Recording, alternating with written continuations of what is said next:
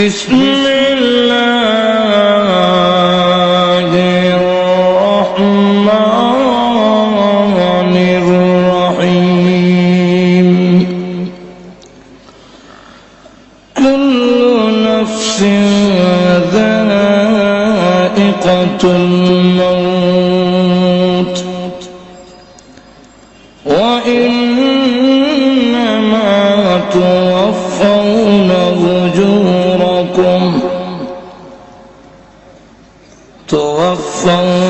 أجوركم يوم القيامة فمن زحزح عن النار وأدخل الجنة فقد فاز وما الحياة الدنيا إلا متاع الغرور.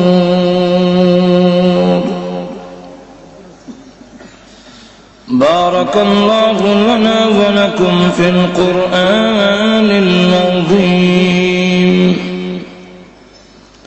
ونفعنا وإياكم بالآيات والذكر الحكيم. صلى الله على سيدنا ومولانا محمد وعلى آله وأصحابه. صلى الله على سيدنا ومولانا محمد وعلى آله وأصحابه وسلم. بلغ العلا بكماله كشف الدجى بجماله حسنت جميع خصاله صلوا عليه.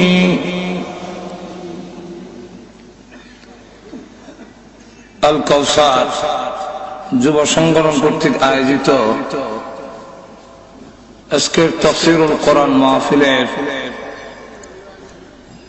আমার অত্যন্ত শ্রদ্ধাভাজন ব্যক্তিত্ব উস্তাদুল আসাতিজা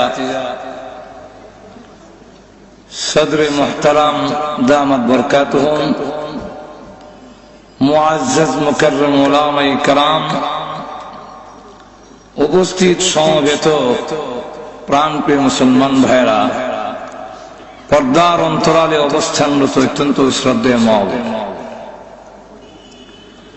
আমাকে বিষয় দেওয়া হয়েছে মৃত্যু যন্ত্রণা এবং পরকালের ভয়াবহ অবস্থা তুলে ধরার জন্য। এই পৃথিবীতে যত মাখলুক আছে প্রত্যেকটা মাখলুকের জীবন যেমন আছে মরণও আছে।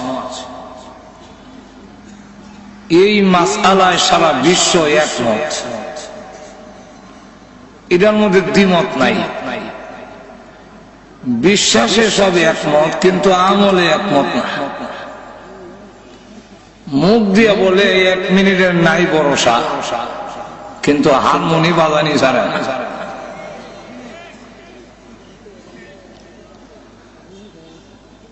নিঃশ্বাসের বিশ্বাস নাই এটা বলে ঠিক, কিন্তু গুনার কাম ছাড়ে না। প্রত্যেকটা প্রাণী সে মৃত্যুর যন্ত্রণা ভোগ করতে হবে। শুধু মরণ নাই আল্লাহ, আর সকলের মরণ আছে। এই পৃথিবীতে যা আছে সব ধ্বংসশীল। আল্লাহ নিজে বলেন কুল্লু মান আলাইহা ফান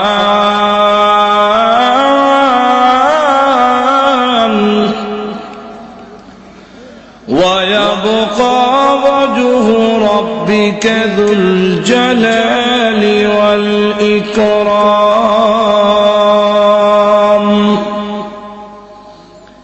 এই পৃথিবীতে যা আছে সব ধ্বংসশীল, সম্মান ও মর্যাদার অধিকারী আল্লাহ বাকি থাকবে। কেন? যিনি মাবুদ হবেন, যিনি উপাস্য হবেন, তার মরণ থাকতে পারবে না। যার মরণ আছে, যার মৃত্যু আছে, সে উপাস্য হতে পারে না। উনি নিজে মরে যায় গিতে আবার কেমন উপাস্য হইত? আর তো জোরে কর না, নিজেরই মরণ। এই জন্য আল্লাহ এক আয়াতে বলছে, আল্লাহু লা ইলাহা ইল্লাহু,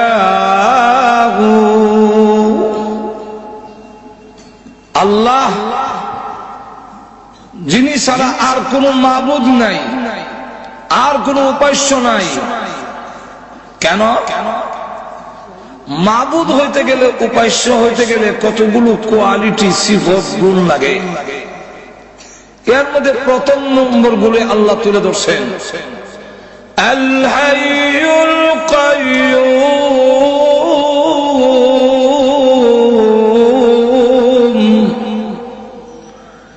তিনি চিরঞ্জীব, যার মরণ নাই। মরবেন তো ক্ষুধা হবেন কিভাবে? আল্লাহ বলেন, মূর্তির উপাসনা যারা করো, তোমার এই মূর্তি কেমনে উপাস্য হইল? তোমার বিবেক একবারে নষ্ট হয়ে গেল। একটু লক্ষ্য করে দেখো, তোমার এই মূর্তি মুর্দা, জিন্দা নয়। একটু জোরে কও, আমওয়াতুন গায়রু আহইয়া,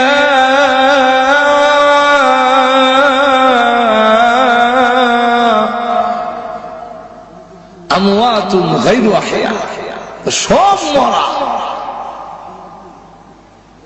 জিন্দা নয়। সুতরাং যে মরে যায় সে মাবুদ হতে পারে না। দুই নম্বর হলো আল্লাহ হলেন কাইয়্যুম। কাইয়্যুমের একটা ব্যাখ্যা লেখছেন তাফসীর ইবনে কাসিরের মধ্যে, যে আহওয়ালে নাজিরুন ওয়া আমালে হাজিরুন, যে বান্দার সকল অবস্থান যিনি দেখেন, বান্দার সকল আমলে যিনি উপস্থিত থাকেন, তিনি হবেন আল্লাহ। তাহলে সব জায়গায় উপস্থিত থাকা, মাখলুকের সকল হালত দেখাশোনা করা, এই গুণ কার? আর একটু যদি আওয়াজ দিয়ে বলেন, এটাকে শরীয়তের পরিভাষায় বলা হয় হাজির ও নাজির। সব জায়গায় আছেন, সব জায়গায় দেখেন। আর আশা দেওয়া করলে হাজির নাজির হয় না। মাঝে মাঝে দেখে, মাঝে মাঝে দেখে না, এর নাম হাজির নাজির। মাঝে মাঝে আমি দেখলাম, মাঝে মাঝে দেখি না। আমিও কয়েকটা মাহফিল আওয়াজ আওয়া করি। ঘুমাই গেছেন নাকি? আমাকে কেউ হাজির নাজির বলবেন কেন? শুধু হাজির নাজির? আমরা তো বড় না, ছোট। এই ৬-৭টা মাহফিলে আসা যাওয়া করি, এই জন্য আমাকে কেউ হাজির নাজির বলবে? এরকম আসা যাওয়া করলে হাজির নাজির হয় না। যেরকম ঠিক কিনা? আমরা এখানে যে সময় ছিলাম না, এই সময় আল্লাহ ছিলেন কিনা? এখন আছেন কিনা?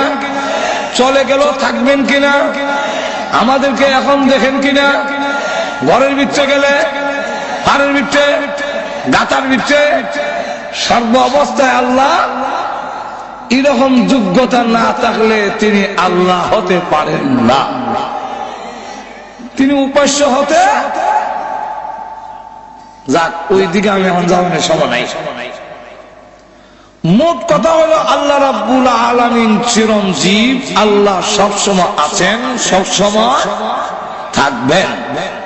আর আল্লাহ ছাড়া পৃথিবীর যা আছে সব হলো মাখলুক। মাখলুকের মৃত্যু আছে, ধ্বংস আছে। একটু জোরে কম। এই মৃত্যুটা আমাদের নিয়ন্ত্রণে নয়, এটাও আল্লাহর নিয়ন্ত্রণে। আমাদের বেঁচে থাকা যেমন আল্লাহর নিয়ন্ত্রণে, আমাদের মরণটাও কার নিয়ন্ত্রণে? আল্লাহ। আল্লাহ রাব্বুল আলামিন তার রাসূলকে বলেন, নবী আপনিও বলেন। কি বলবো? আল্লাহ বলে দিয়েছেন, قل إن صلاتي ونسكي ومحياي ومماتي لله رب العالمين।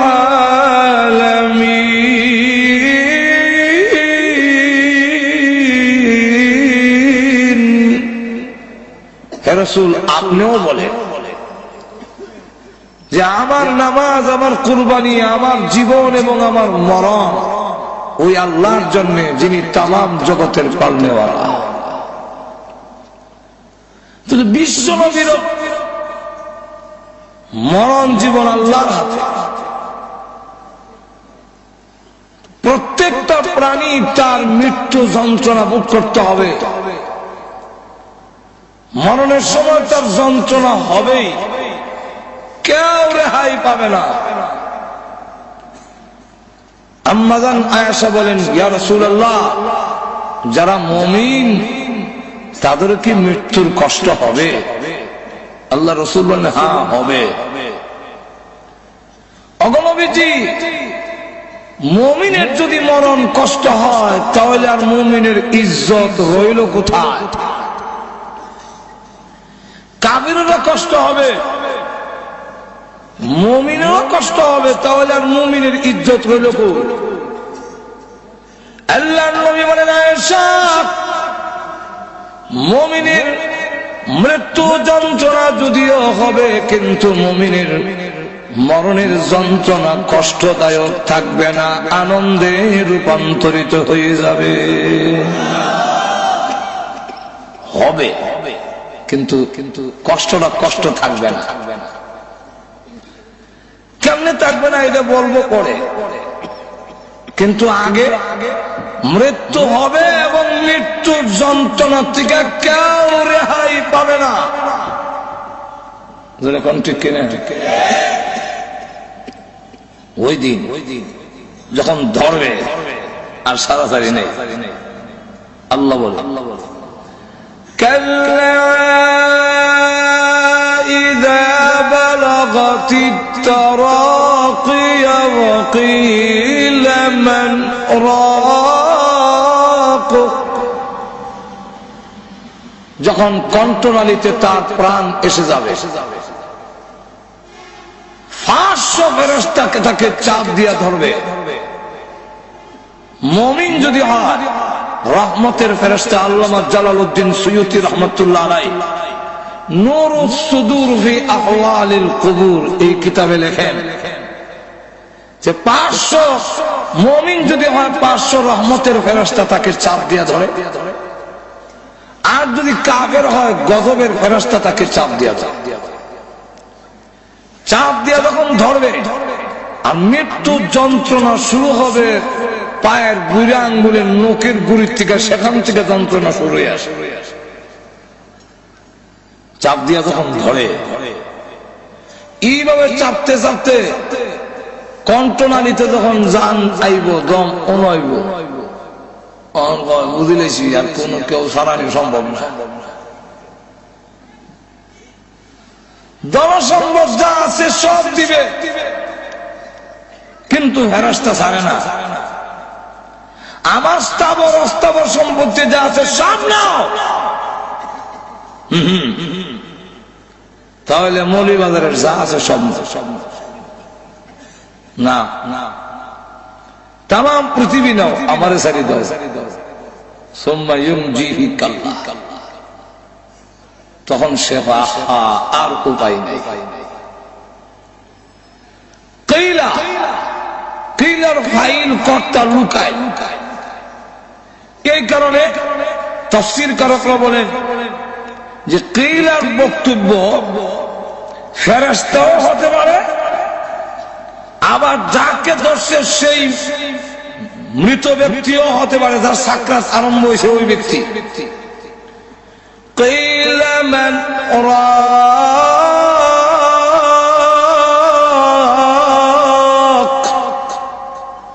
যদি ফেরেশতা বলবে বলো এখন কোথায়, দুর্নীতিবাজকে ধরলে, চোর ডাকাতকে ধরলে, দলীয় লোক হলে উপর থেকে মন্ত্রীর অর্ডার আসে, ছেড়ে দাও, দিস ইজ মাই অর্ডার।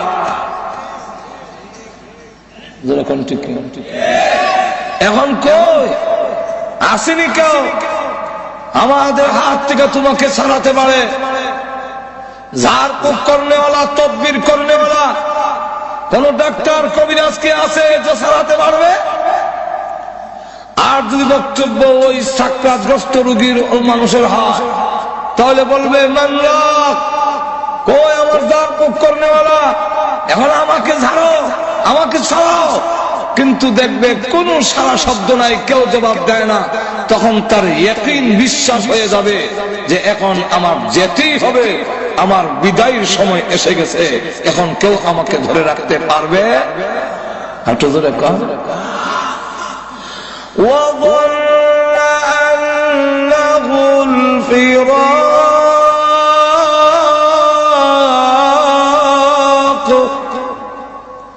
আমার বিদায়ের সময়, আমার জুদাইয়ের সময় এসে গেছে, এখন ইয়াকিন হয়ে গেছে যে কেউ আমাকে ছাড়াতে পারবে না। এখন আর পা লড়াইতে পারে না, সব সচল হয়ে গেছে। আল্লাহ নবী, বিশ্ব নবী রাহমাতুল লিল আলামিন বলেন, এমন তৃষ্ণার্ত হবে, এমন পানির পিপাসা লাগবে, তখন দেখা যাবে তাম পৃথিবীর পানি যদি তার মুখের মধ্যে ঢেলে দেওয়া হয়, তথাপিও তার পানির পিপাসা দূর হবে না। এমন যন্ত্রণা সব ভোগ করতে হবে।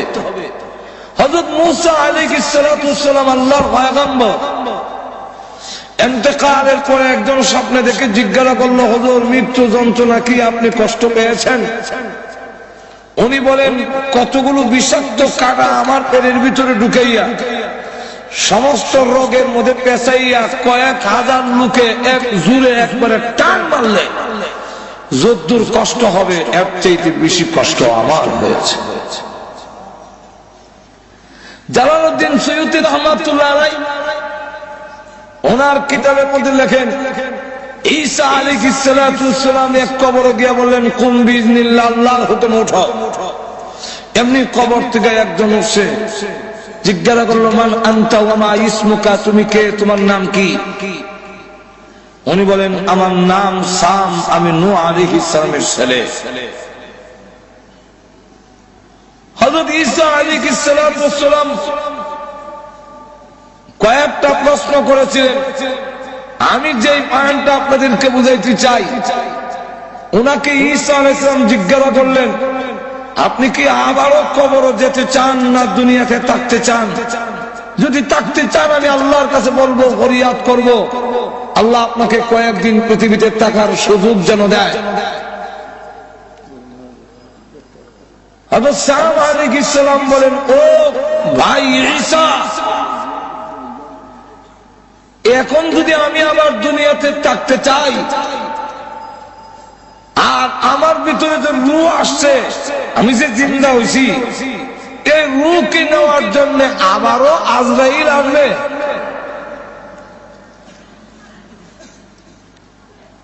হযরত ঈসা আলাইহিস সালাম বলেন, আপনি আল্লাহর পয়গম্বর, আপনি আজরাইলকে এত ভয় পান কেন? হযরত সাম আলাইহিস সালাম বলেন, আপনার সাথে তো এখনো আজরাইলের দেখা হয়েছে না, আপনি কি বুঝবেন? ও ঈসা আলাইহিস সালাম, আজ থেকে 4000 বছর আগে আমার রূহ বের করা হয়েছিল, কিন্তু আজও পর্যন্ত আমি মরণের কষ্ট ভুলতে পারি না। আর আসতে কোন সুবহানাল্লাহ। 4 দিয়ে যখন ধরবে, মৃত্যু যন্ত্রণার থেকে কারো রেহাই নাই। আল্লাহর নবী বিশ্বনবী রাহমাতুল লিল আলামিন যেদিন পৃথিবী থেকে বিদায় হয়ে যাবেন, আম্মা জান আয়েশা বলেন আমার ধারণাটা পাল্টে গেল। বিশ্বনবীকে চাদর দিয়ে আবৃত করে রেখে দেওয়া হয়েছে। আল্লাহর নবী যেমন এসেছিলেন রবিউল আউয়ালে, আবার বিদায়ও হয়েছেন রবিউল আউয়াল মাসে। আরো জোরে কোন। আশার আনন্দ, বিদায় হওয়ার ব্যথা, দুইটা যখন একত্রিত হয় তখন বিদায় হওয়ার ব্যথাটাই মনে বেশি থাকার কথা। জোরে কোন ঠিক কিনা? কিন্তু আমাদের সমাজ হইল শুধু আসার আনন্দ, যাওয়ার কোনো ব্যথা অন্তরে নাই। যাওয়ার ব্যথা। আমরা অবস্থা দেখা এক কবি এক কবিতা বানাইছি, বলবো আরো জোরে কম। এক কবি কবিতা বানাইছি, রবিউল আউয়াল আসলে নবী আপনার গুণগান গায়, রবিউল আউয়াল মাস গেলে পরে নবী গো আপনাকে আমরা ভুলে যাই। আমার অবস্থা তখন এরকম। দরুদ পড়ি, মিলাদ পড়ি, কিয়াম করি, বড় বড় সেমিনার করি, জশ্নে জুলুসের মিছিল করি, আরো কত মিষ্টি খাই। মিছিলকারীদের চারদিকে চাইলে পরে দাড়ির বংশ নাই।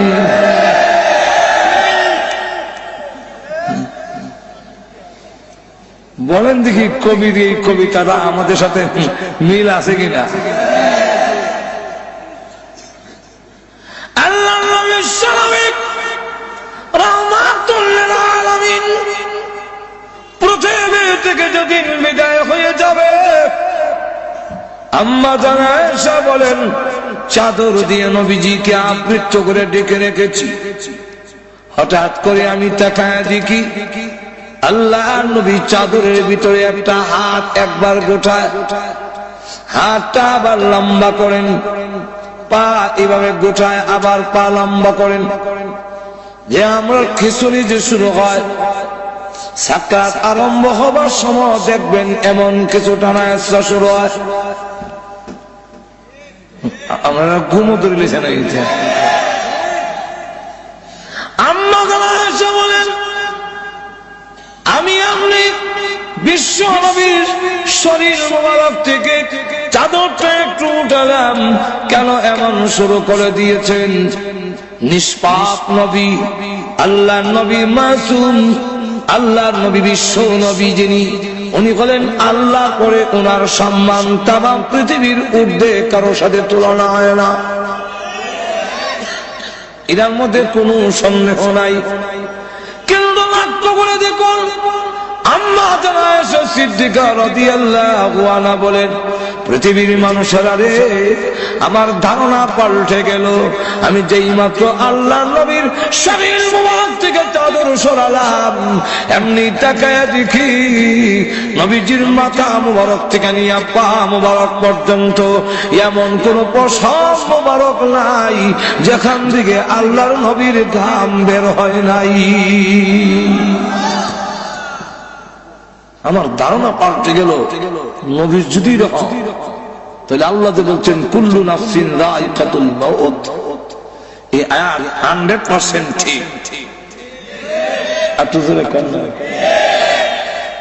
হঠাৎ করে নবী যেদিকে বলেন হ্যাঁ মা, দরজার দিকে তাকে দেখো গো মা, কে যেন সালাম দেয়, বারবার পারমিশন চায়। হযরত ফাতেমা রাদিয়াল্লাহু আনহা দরজার দিকে তাকালেন, আজরাইল তো দেখা যাওয়ার কথা না। আমি আমার আব্বার কাছে বসে থাকলে তিনি যদি বলেন আমি কি দেখবো নাকি? আজরাইল দেখা যায় না, কিন্তু আল্লাহ রাব্বুল আলামিন বলে দিলেন হ্যাঁ আজরাইল প্রকাশিত হয়ে যাও আমার ফাতেমার সামনে, আর না হয় আমার নবীর কথাটা মিথ্যা হয়ে যাবে। হযরত ফাতেমা রাদিয়াল্লাহু আনহা দরজার দিকে তাকায়া বলেন, আব্বা এমন একজন মানুষ দরজার সামনে দাঁড়ায় আছে, আব্বা গো, যার বডি যার সুরত মক্কা মদিনার কারো সঙ্গে কোনো মিল নাই, দুনিয়ার কারো সঙ্গে মিল হবে না, এমন বড় আকৃতি, পা মাথা অনেক বড়, আর সমস্ত শরীর কাপড় দিয়া ঢাকা, দুইটা চোখ বড় বড় অগ্নিলোকার মতো। আল্লাহর নবী কেমন আব্বা জান এমন আকারের মানুষ আমার জিন্দেগিতে কোনোদিন দেখিনি। আল্লাহ নবীর মাথা মুবারকে ব্যথা, বুকে ব্যথা, তারপরও উনি বহু কষ্টে দরজার দিকে তাকিয়ে বললেন, মা হাযা মালাকুল মউত হাযা হাজিমুল লাজ্জাত ইয়ানিল মউত। তিনি বলেন আজরাইল মালাকুল মউত, তিনি বলেন দুনিয়ার সমস্ত স্বাদ কর্তনকারী, যিনি দুনিয়ার সমস্ত স্বাদ মজা কেটে দেয়, সেই আজরাইল গোমা হাজির হয়েছে।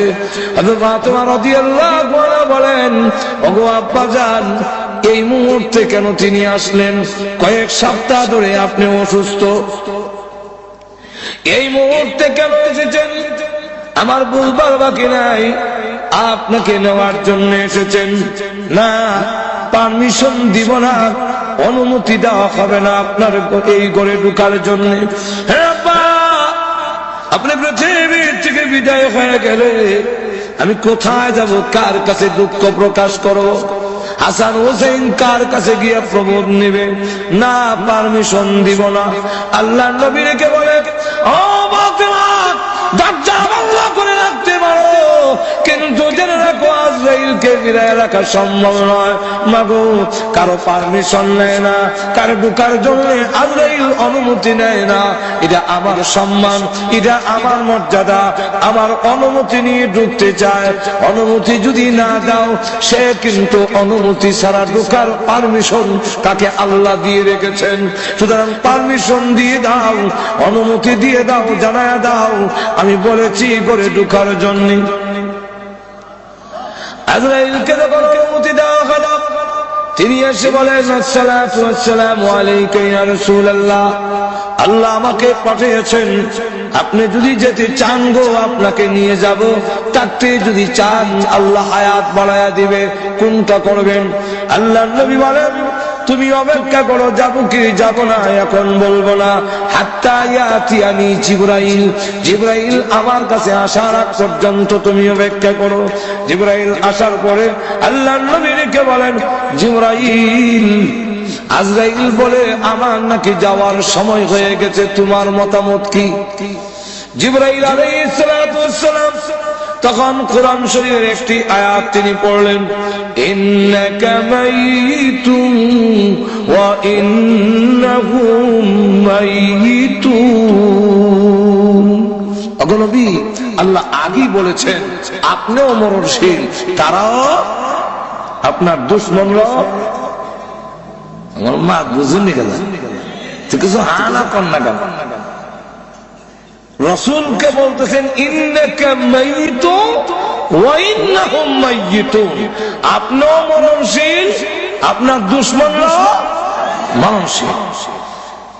আল্লাহর নবী বুঝে গেলেন জিবরাইল ইঙ্গিত দিয়েছে চলে যাওয়ার জন্য। নবীজি কাঁদেন। জিবরাইল দেখে বলেন, ইয়া রাসূলুল্লাহ, ইয়া হাবিবাল্লাহ, আপনি আপনার বন্ধুর দরবারে যাবেন, রফিকে আলা, পরকালে আপনার নাম নেয়ামত ইহকালের চাইতে আরো অনেক বেশি।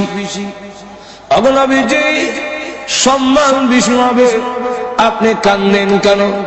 নবীজি বলেন, জিবরাইল, আমি আমার জন্য কান্দি না। কার জন্য কাঁদছেন? ফাতেমার জন্য। ফাতেমাকে আল্লাহ আগেই তো আপনার মধ্যে সুসংবাদ দিয়েছেন, জান্নাতের সর্দারনি হবে।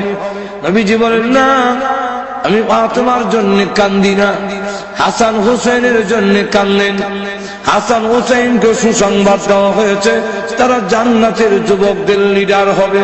নবীজি বলেন না, হাসান হুসেনের জন্য কান্দি না, কান্দি আমার গুনাহগার উম্মতের জন্য। জিবরাইল বলেন, হুজুর উম্মতের জন্য কান্দার দরকার নাই। ওগো নবীজি আপনি কেন কান্দেন? আপনার উম্মতের নাম ঠিকানা সহ সবগুলো আপনার রওজাতে পৌঁছাইয়া দেওয়া হবে। নবী যাওয়ার দরকার হয় না, বিশ্ব নবীর কোথাও যাওয়ার প্রয়োজন নাই, দুরূদ আর সালাম আনার জন্য নবী যাওয়ার দরকার নাই। কারণ নবী কেন নিবেন? নবী কেন আসবেন? আমার ডাকে নবী আসবেন। যদি আমি দামি হই তাহলে আমার ডাকে আরেকজন আসবে।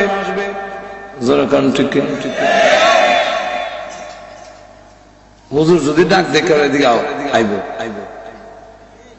এখন কি আপনারা কেবেন হুজুর এদিকে?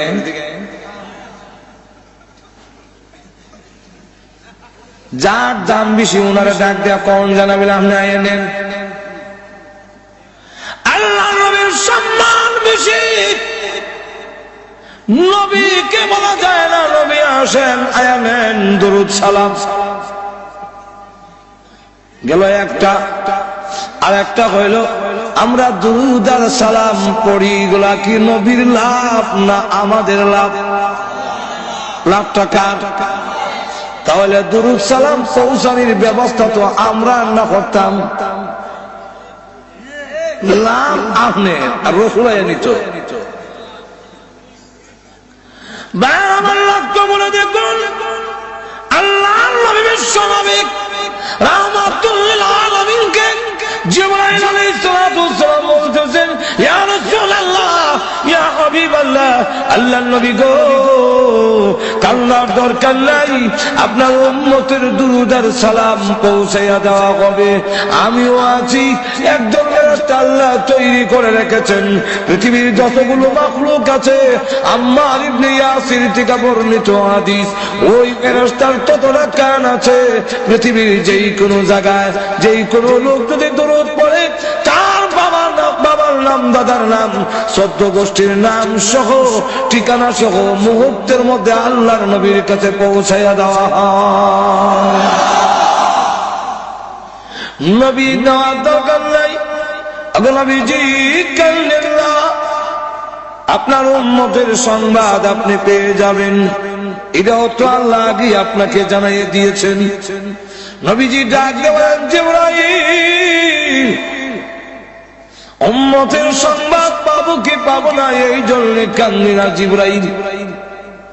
সন্তান যদি ইংল্যান্ড থাকে আর ভালো অবস্থানে থাকে, তাহলে সংবাদ না পাইল মা বাবার মনটা কিছু হইল শান্তি থাকে। ছেলে কুচকাবার নেয় না, কিন্তু অন্যের মারফতে জানতে পারে ইংল্যান্ড লন্ডনের মধ্যে তার ছেলে খুব ভালো পজিশনে আছে, সম্মানী আছে, কিছু হইলেও শান্তি পায়। আমার না দেখ, আমার ছেলে তো ভালো আছে। সংবাদ যদি নাও পাই, আমার উম্মত যদি এই পৃথিবীতে ভালো অবস্থানে থাকে, তাহলে আমার তো সংবাদ পাওয়ার দরকার নাই। এটা আমার বিষয় নয়। আমি কেন কান্দি? এতদিন পর্যন্ত আল্লাহ আমাকে আয়াত নাযিল করে জানায় দিয়েছিলেন, মা কানাল্লাহু লিয়ুযিবাহুম ওয়া আনতা ফীহিম। ওগো নবীজি, আপনি যেখানে আছেন এদেরকে আমি আল্লাহ গজব দিব না, আমি আযাব দিয়ে শেষ করব না, যেহেতু আপনি এখানে আছেন।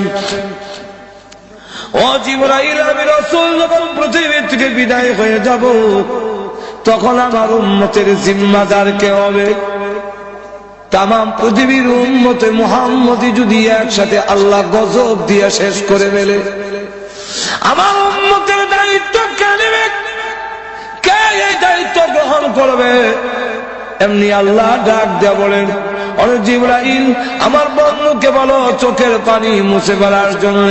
আর কাঁদতে হবে না, আর কাঁদতে হবে না। এখন থেকে আনা কাবিলুম মিনহুম, আমি স্বয়ং আল্লাহ তার উম্মতের জিম্মাদার হয়ে গেলাম।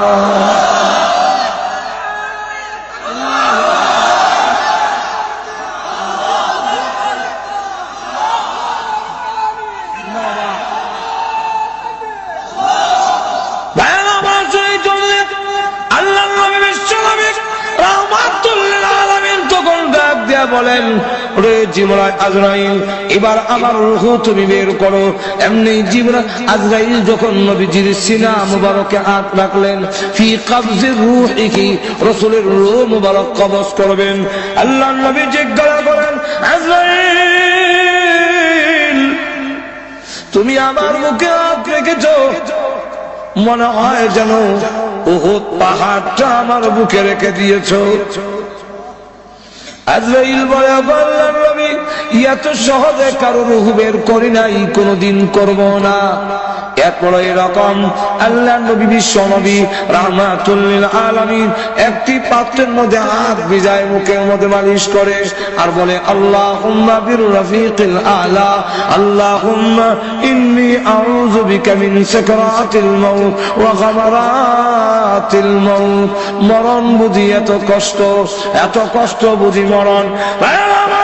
সাকরাতের যন্ত্রণা থেকে, মৃত্যু যন্ত্রণা থেকে কেউ রেহাই পাবে না, সকলেই মৃত্যু যন্ত্রণা ভোগ করতে হবে, জানবীর করতে এত কষ্ট হবে। আর আল্লাহ রাব্বুল আলামিন কোরআনে উল্লেখ করে দিয়েছেন, ওয়ান্নাজিআতি গারকা والنازعات غرقا والناشطات نشطا والنازعات غرقا والناشطات نشطا। এর দুই দলের কথা দুই রকম আল্লাহ বলে দিয়েছেন যে কাফিরদের রূহ আল্লাহ নাফরমানদের রূহ যখন বের করবে, কিভাবে বের করবে এটার একটা এক্সাম্পল দিলে আপনাদের বুঝতে সুবিধা হবে। এক্সাম্পলটা হলো, জীবনে কেউ আলোক তুলছেন কিনা, আলোক তুলছেন কিনা জানি না, কিন্তু আমি তো জীবনে আলোকও তুলছি।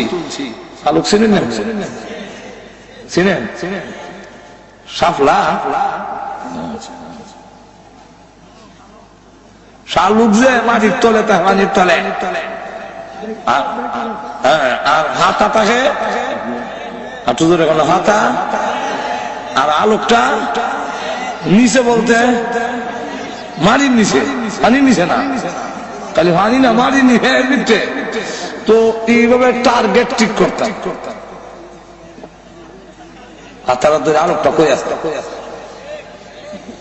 এরপরে ডুব দিয়া গিয়া পুতা দিয়ে আঙ্গুল দিয়া আলোক বাইর করিয়া হাতা উতা সিরিয়া ডেগো থইতাম, আবার আর একটা তুলতাম। আল্লাহ বলেন, ওয়ান্নাজিআতি গারকা। নাজিআত শব্দের অর্থ হলো দূরে টাননেওয়ালা ফেরেশতাগণ, আর গারকা গারকুন শব্দের অর্থ হলো ডুব দেওয়া। দূরে ডুব দিয়া ভিতরে ডুবকা, এগুলো ধর পাশে ধরছে ভিতরে ডুবকে একদম ফেরেশতা ভিতরে ডুবকা গিয়া রুডা আলু খেলার টান না ছিঁড়ে আইনা পায়ের সাথে আর হাতের সাথে যত তার আসিল, যত রোগ আসিল, যত লাইন আসিল সব বিচ্ছিন্ন করে দিয়া রোজ যখন বের করে নেওয়া হবে তখন সমস্ত যোগাযোগ বিচ্ছিন্ন হয়ে যাবে। হাত আর নড়বে না, পা আর নড়বে না, জবান আর নড়বে না, সরকার হাতি নড়বে না। এখন দেখা যায় আর নাক গান নিতে পারে না, মাথায় বুঝে না, সকল যোগাযোগ বিচ্ছিন্ন করে দেওয়া হবে। যেদিন ওই টান দেওয়া হবে তখন বুঝবা মৃত্যু যন্ত্রণা কারে কয়। জোরে কোন ঠিক কিনা? ওয়ান্নাশিতাতি নাশতা, ওয়ান্নাশিতাতি নাশতা এর অর্থ হইল মৃদু ভাবে, হালকা ভাবে গিরো কুলনেওয়ালা ফেরেশতাগণ।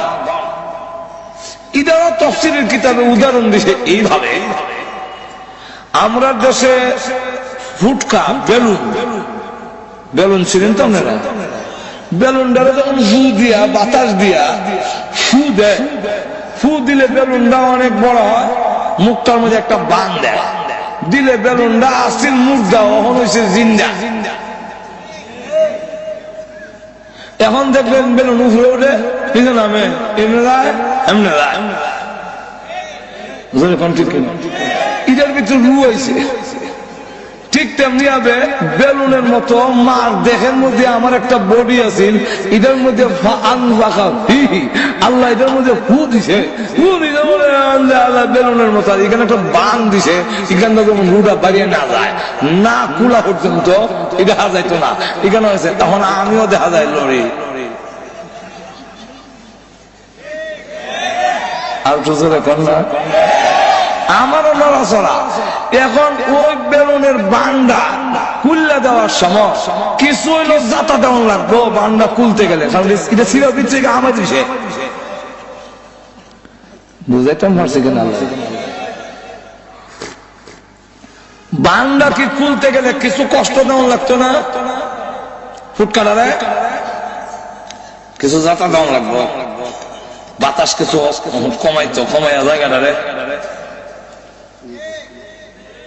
ঠিক কিনা কিছু জাতা দাম লাগে, কিছু জাতা দাম লাগে, দিয়া জায়গাটা খালি করার লাগে, অস্কর্ত জিরোটা বিচ্ছা মরিছে। এই বিরোধ খুললা দিলে দেখবেন ফুট করে বাতাসটা গেছে কি আর বেলুনটা আবার মুর্দ হয়ে উড়ছে। যেরকম ঠিক না ঠিক না, ঠিক তেমনি ভাবে ইমানদার আল্লাহওয়ালা তারা আল্লাহর রসুল বলেন মরণ কষ্ট হবে, কিন্তু কষ্টটা কষ্ট থাকবে না, আনন্দে পরিবর্তন হয়ে যাবে। কইতাম নি উদাহরণ দিয়া, আর তো যারা কন্যা আনন্দে আবার হয় কেমনে, এটা বুঝাইতে গিয়া এক আল্লাহওয়ালা, উনার নাম হাকিম আখতার সাহেব দামাত বরকাতুহুম, উনি উনার কিতাবের মধ্যে এই জিনিসটা বুঝাইতে গিয়া একটা ঘটনা আনছেন। এই ঘটনাটা এইভাবে একটা উদাহরণ দিচ্ছেন যে মনে করেন মনু নদীর ইপারে একজনের বাড়ি এক ছেলে, আর ওই ভালো হইল মেয়ের বাড়ি, দুইজনের তার ভালোবাসা।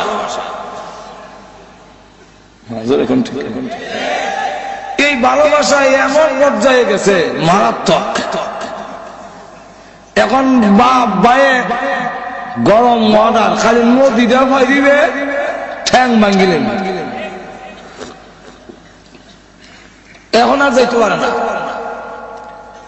রাত যখন 2টা বাজে, ওই দিন মাঘ মাসের কিছু দিন খারাপ, ফুটার ফুটা বৃষ্টি পড়ে, খনখনে বাতাস, সব ওই দরজা লাগাইছে, কেউ শীতের ছুটে দরজা খুলে না। এখন আজকে আসবো বাড়ি তো না বাইসাবো বাড়ি, আজকে দেওয়ার টাইম, তাও ঘরের দরজা খুলছে না, যখন ধাক্কা দিলে খোলা দিলে যাই বলে জানানাটা খুললে বেরিয়েছে। আর মশারিটার টাঙ্গা এটার ভিতরে লেফটারে মানুষের মতো তৈছে, পাখে দেখলে যেমন বুঝে কেটা আছে দিয়া। এখন মন ভালো গেছে, রাত 2টার সময় গিয়া দেখে কোন নৌকা কিচ্ছু নাই, মাঝি নাই, মাঝি কি মাথা খারাপ, কত রাত থাকতো, এই ফুটার ফুটে বৃষ্টি করে কনকনে বাতাস, হ্যাঁ এখানে গেছে, শীতে কাঁপতাছে, কষ্ট কিন্তু বডির মধ্যে হইতাছে। এরপর কাপড় চোর খুললে লাইছে, মানে সাত পাঞ্জাবি দুইটা হোক খুললে হাতও লইছে, আর নিচের কাপড়টা রয়েছে। এখন নদী ফাড়া দেয়, দেখে বরফের মতো ঠান্ডা, আর উড়া উড়া বৃষ্টি করে রাত 2টা কুমুরি ধরিলা, ইটা বয় হয়ে কত শেষ। আর পানি যখন লাগছে শরীর, সার সমস্ত শরীরের মধ্যে কম্পন সিঁড়ি হইয়া দাঁতে দাঁতে বাড়ি লাগতেছে, ইটা করতেছে। কিন্তু এর পরে যত আগায়, যত হাত অগ্রসর হয়, বৃদ্ধে কিন্তু খুশি, দাঁতে বাড়ি লাগে আর রইল ইটা করতেছে, কিন্তু বৃদ্ধে বৃদ্ধে আনন্দ তার প্রেমিকারে গিয়া যে দেখলেইব। এই কারণে তার এই নদীর পথের সমস্ত কষ্ট তার যেমন আনন্দের হয়ে যায়, মুমিনের অন্তরে আল্লাহর মহব্বত সবচেয়ে বেশি। মৃত্যুর সাগরে যখন পাড়ি দেয়, যত যন্ত্রণা আছে, আল্লাহ হওয়ার আশা, জান্নাত হওয়ার আশা, সমস্ত দুঃখ যন্ত্রণা তার জন্য আরামের হয়ে যায়।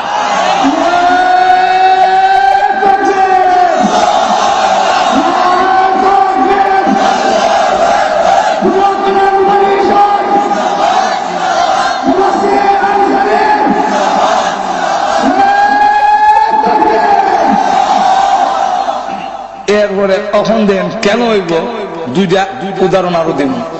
একটা বিষয় কোন জানা যে সময় আবার বিলে মৃত্যু যন্ত্রণা এবং পরকালের অবস্থা সুবার 2-4 দিন সময় দিলেন না কোন ঠিক কিনা? এখন কেন আনন্দের হয়ে যাবে?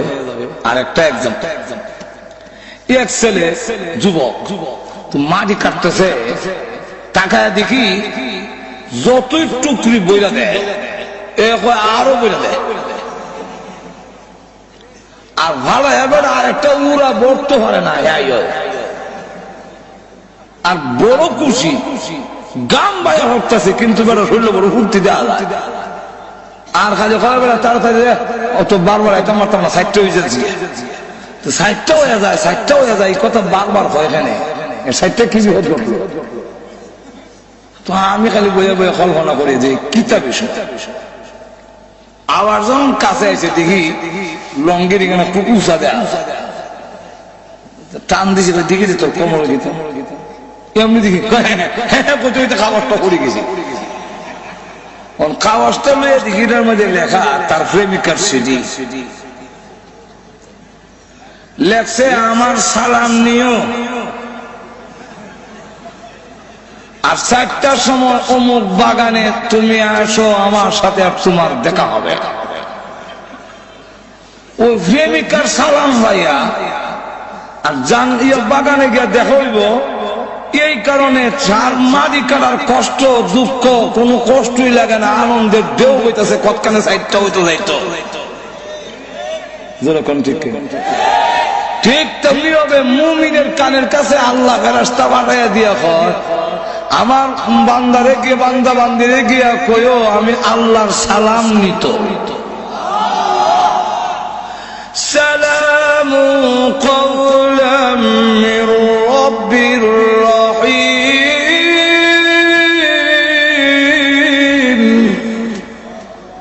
আমার পক্ষ থেকে আমার বান্দারে সালামটা দিয়া দিও। ফেরেশতারা যখন মুমিন ইমানদারের কানে আমরা যাতায়াত দর্শিটি তখন কানে কয়, আল্লাহ তোমারে সালাম দিছে। কে সালাম দিছে? আরো জোরে কন, আল্লাহ সালাম। জান্নাত তুল্লা দেখো, ওই যে বাগান দেখো নি, এখানে তোমার আল্লাহর সাথে তোমার প্রেমিকার সাথে দেখা হলো, যাইতা আর তো জোরে কন না। বিশ্ব নবী রাহমাতুল লিল আলামিন বলেন, আবু বকর তোমার রূহ বের করার সময় আল্লাহর ফেরেশতারা কানের কাছে কোরআনের আয়াত পড়বে আর রূহ বের করবে। আল্লাহ ওয়ালারা ওই সালাম শুনে আয়াত শুনে মৃত্যুর যন্ত্রণার কথা ভুলে যাবে। আল্লাহর নবী বলেন, ও আবু বকর এই আয়াত পড়বে তোমার কানের কাছে, ইয়া أيتها النفس المطمئنة ارجعي إلى ربك راضية مرضية فادخلي في عبادي وادخلي جنتي। قلنا سبحان الله، لو বুঝছি না সুবহান আল্লাহ কেন না বুঝছি তো কানের কাছে বলবে, আবু বকর ইয়া আইয়াতুহান নাফসুল মুতমাইন্না, এই প্রশান্ত মন, ইরজিই ফিরে আয়, ইরজি ফিরে আসো। কোথায় ফিরে যাব? ইলা রাব্বিকি তোমার রবের দিকে চলে আসো। কোন অবস্থায়? রাদিয়াতান মারদিয়া তুমি আল্লাহর প্রতি রাজি, আল্লাহ তোমার প্রতি রাজি। আয়ো ফিরে আসো, ফাদখুলি ইবাদি ওয়াদখুলি জান্নাতি। আল্লাহর প্রিয় বান্দাদের অন্তর্ভুক্ত হও আর আল্লাহর তৈরি জান্নাতের ভিতরে ঢুকে যাও।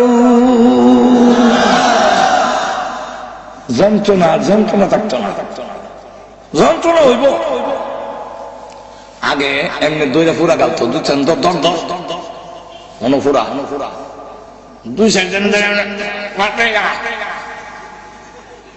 আর এখন অপারেশন করে ইনজেকশন দিয়ে অবশ করি যন্ত্রণা হয় না যেটা না ও হেতারে না ঘুমাই গেছেন আমার কথা বুঝতেছেন নি যন্ত্রণা হইতেছে না এটা না হইতেছে কিন্তু না কন্ট্যাক্ট কিনা ভাইরা আমার জান্নাতের দিকে দেখা যাবে ওই জান্নাত দেখো না বলে হ্যাঁ এখানে তোমার আল্লাহর সাথে দেখা হবে আল্লাহ আল্লাহ রুবের করছে আর তোদের এখন না সুবহান আল্লাহ আরো উদাহরণ দেই দিতাম নি ওখানে না আপনারা হাসপাতাল নিয়ে খতনা করাইলেন আমরা শুধু সমস্ত খতনা করে তো আজম আইয়া যেমন খালি দেখছি আজম এক দৌড় দিয়ে বাড়ি সাইয়া আরেক বাড়ির গরুর গোয়াইলের ভিতরে গিয়ে লুকাইছি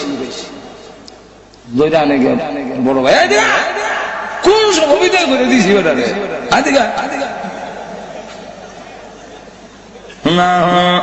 আমি তোর বড় ভাই না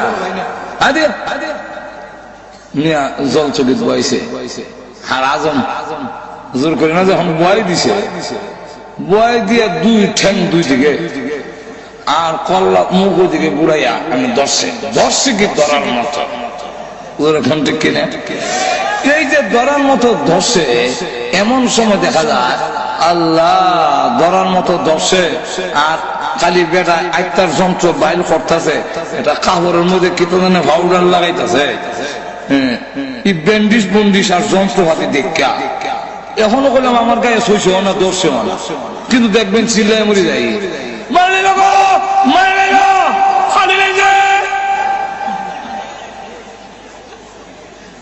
আর যে দর্শে এখন কইতাছে না না কিচ্ছু নাই বেটা কিচ্ছু কোনটা না এই মা ঘর থেকে ডাক দিয়ে আমার ফুয়ার মেরে নিবে আমি তোর মা থাকতে কে সারবার লাগে না বুঝে খুব ভালো করে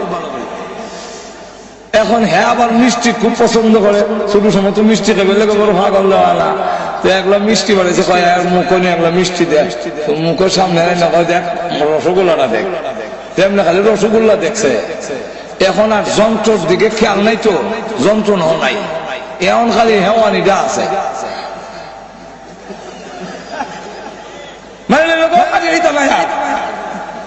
এখন খালি যন্ত্রণা নাই খালি হেওয়ানি এই অবস্থায় রসগোল্লা দিছে মুখে মুখে দেওয়ার পরে যেই মাত্র এখনো করছে দাঁত কত রসগোল্লা সারা জিব্বা যখন ছড়িয়ে গেছে কি চোখ টিপ দিয়া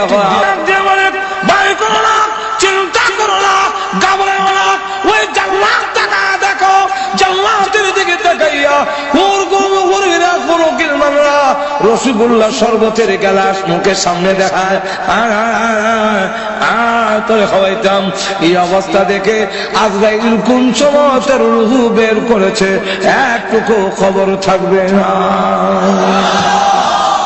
যদি সত্যিকারের মুমিন হওয়া যায় আর না এমন চাপ দিয়ে ধরবে হাড্ডি গুলো যখন ভাঙবে চুরমার হয়ে যাবে চিৎকার হয়ে থাকবে তোমরা কেউ আমাকে একটু সাহায্য করো কিন্তু না কেউ সাহায্য করবে না একটা জিতা বকরি ছাগলের চামড়া টেনে তুললে যদ্দুর কষ্ট হবে এক চাইতে বেশি কষ্ট অনুভব হবে যখন প্রাণ পাখি বের হয়ে যায় এমন হয় অবস্থা শরীরে একটা মাছি বসলেও সে ব্যথা পায় বরদাস্ত করা যায় না এমন কোন অঙ্গ নাই যা ভালো রয়েছে সবগুলো ব্যঙ্গে চুরমার করে বেড়ে দিয়েছে সবগুলো ব্যঙ্গে একবারে শেষ করে দিয়েছে এইভাবে রূহ বের করে যখন নিয়ে যাবে আল্লাহ রাব্বুল আলামিনের দরবারে আর দেহটারে গোসল গোসল দেয় আস্তে দেয়া বড় দুঃখ আস্তে দেয়া ওই অবস্থা যদি দেখে বলে তোমরা কারা গো দাও আমাকে তাড়াতাড়ি কবরে নাও কবরে নিয়ে যাও কবর আমার জন্য বড় আরামের ঘর তাড়াতাড়ি নিয়ে যাও।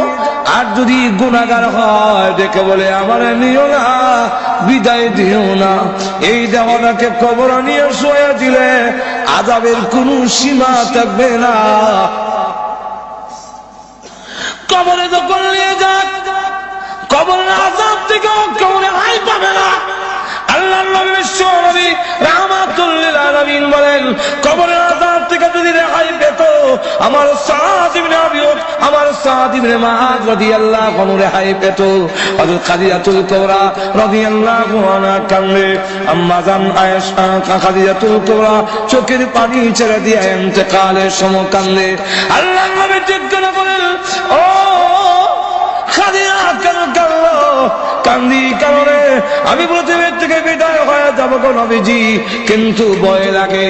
কবরের কোন সামান নাই, কোন প্রস্তুতি নাই, কি নিয়ে কবরে যাব গো নবীজি, ভয় লাগে।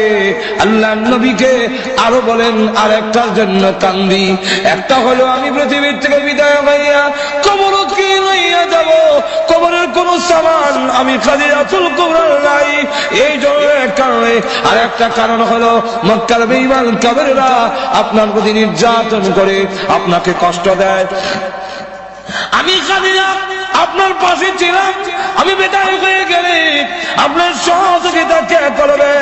নবীজি দুঃখের পাশে ছিলেন খাদিজাতুল কুবরা, আমি বিদায় হয়ে গেলে তখন আপনার সহযোগিতা কে করবে?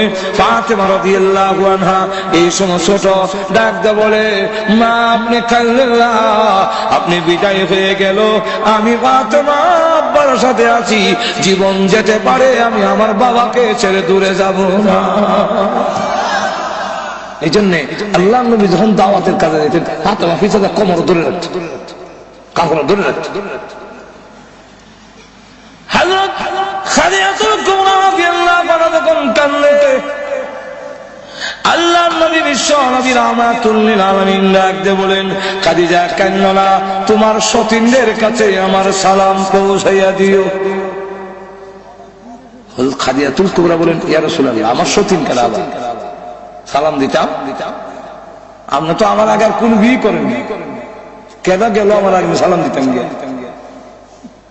আল্লাহর নবী বলেন, ও খাদিজা, জান্নাতের ভিতরে মরিয়ম এবং আসিয়ার বিবাহ আমি বিশ্ব নবীর সাথে হবে, তাই তারা হবে তোমার সতীন।